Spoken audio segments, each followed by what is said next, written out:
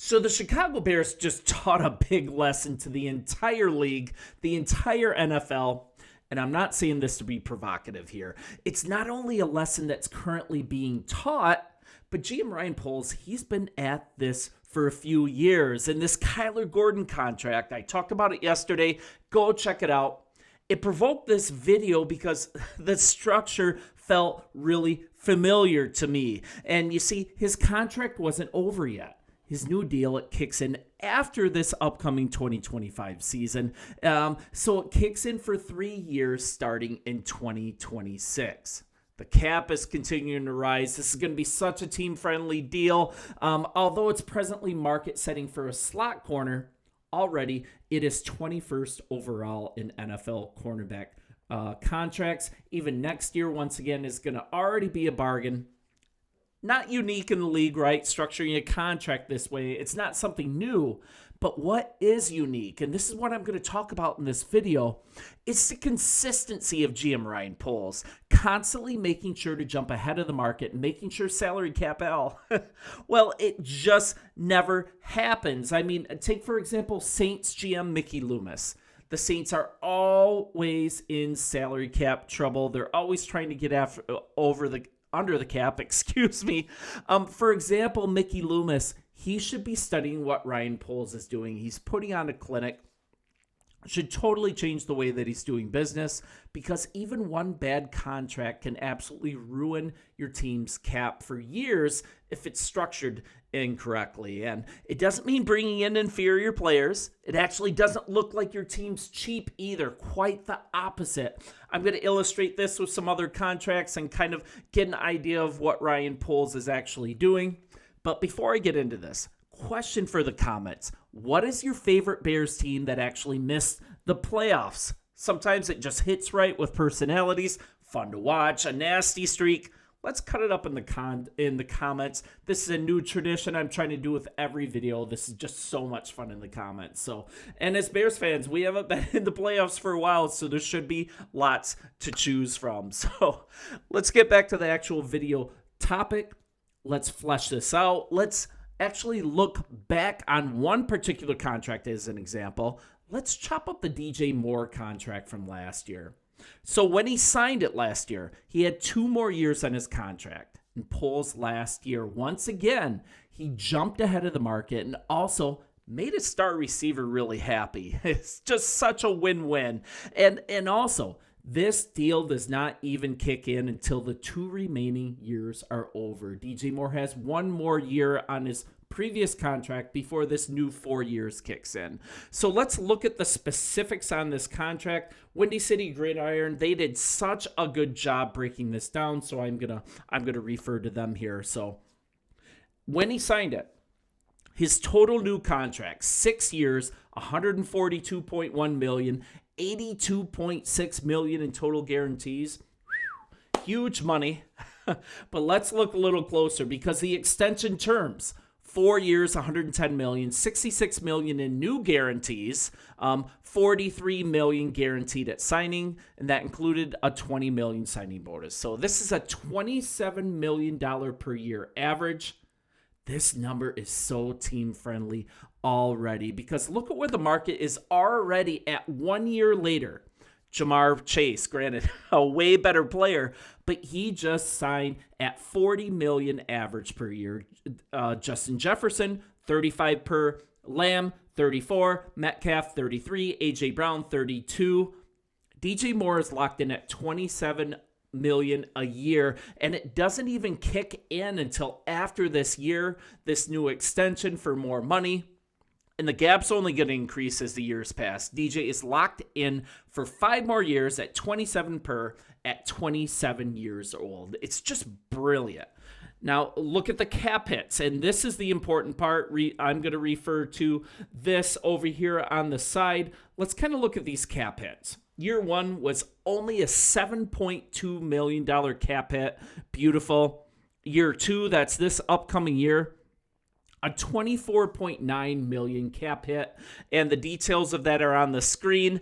But this year two of Moore's deal, it's going to experience an upkick in cap charges to finish out this previous contract. Not surprising, but totally reasonable number at 24 million per year for one of the really better number one wide receivers in the game. Then we go on to year 3 through 5. We've got pretty consistent, a $28.5 million cap hit. It's right here. The details of it are on the screen. It's also a $4 million prorated signing bonus. So here's the thing. This is where it gets really cool. And this is what I want to highlight on how GM Ryan Poles is doing this. Do you know that the Chicago Bears only have $3 million in dead cap right now? $3 million. Only the Steelers are better. And it's going to stay that way too, because the argument of, hey, what if he underperforms with age? The Bears, they're protected, because if you look at this, after 2026, Moore's contract will have the same structure for 3 straight years. Base salary won't be guaranteed throughout this period, but because of the prorated signing bonuses, other guarantees built in, their first safe out year wouldn't come until the conclusion of the 2026 season. And this is why we owe a lot to Ryan Poles, because his dead cap charges drop in increments of $4 million starting in 2026. This is why Poles is brilliant. This is important because this is not the only contract that he has structured in this way. And so if we're looking at this as fans, like analyzing this, if he continues to be great, fantastic, right? Moore's contract will be a bargain as salaries rise all the way up until 2028. But if we have to get out of it, if something happens, this is so easy. Obviously, next year's dead cap hit, if we had to do something, would be detrimental. That's at $12 million.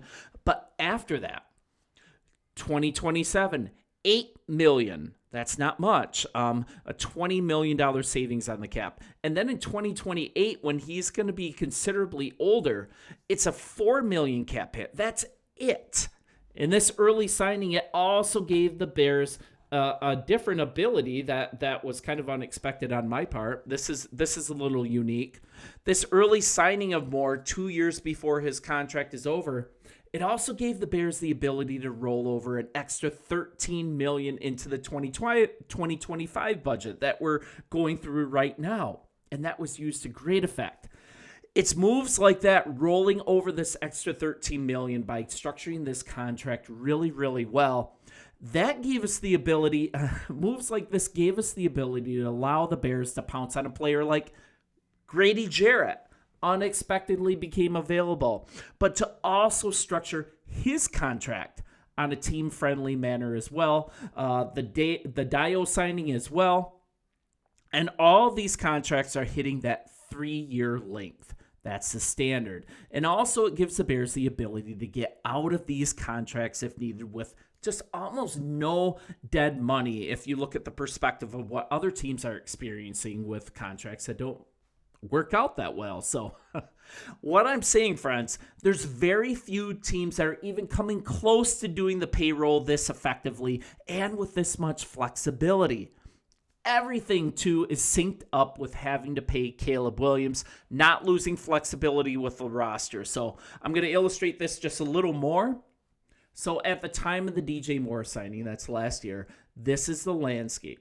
And when you see it this way, it is kind of staggering. I can try to find it on this story here, and I'll just give you a visual here. Let's kind of look at this. So you've got at this time, quarterback Caleb Williams, 5 years of control, and these are with the rookie options. DeAndre Swift, 3 years of control. DJ Moore, now 6 years of control. Rome Odunze, 5 years of control, the matchup with Caleb Williams. And then you've got Cole Kmet, still another 4 years of control. Right tackle Darnell Wright, 4 years of control. Now, if these players are all successful, I think that's very probable. Possibly with Swift, maybe not staying with the team for the length of his contract, but Bears fans could be looking at a group that accounts for close to 50% of their starting offense under team control for at least the next 4 years. So Poles isn't just talking continuity. This is proof of it. And Moore is a bona fide wide receiver one, a guy whose contract is already a huge bargain. But if not, cut bait, allow Rome to step up fully. Not really a lot of skin off our teeth. The dead cap hit is so manageable. So kind of looking at this, are the Bears cheap? Is that the problem? Absolutely not. They took care of DJ Moore in a way that he's achieved the feat of having the first 10 years of his career fully guaranteed. That's unbelievable as far as taking care of a player. And guys, don't you think that this is going to be super attractive to other free agents as well? An extension with 2 years left on a contract? Now that's even more unique for a premier player. Caleb has the security in knowing this core group can be so easily held together, and you're not in a situation like the Cincinnati Bengals just went through, right?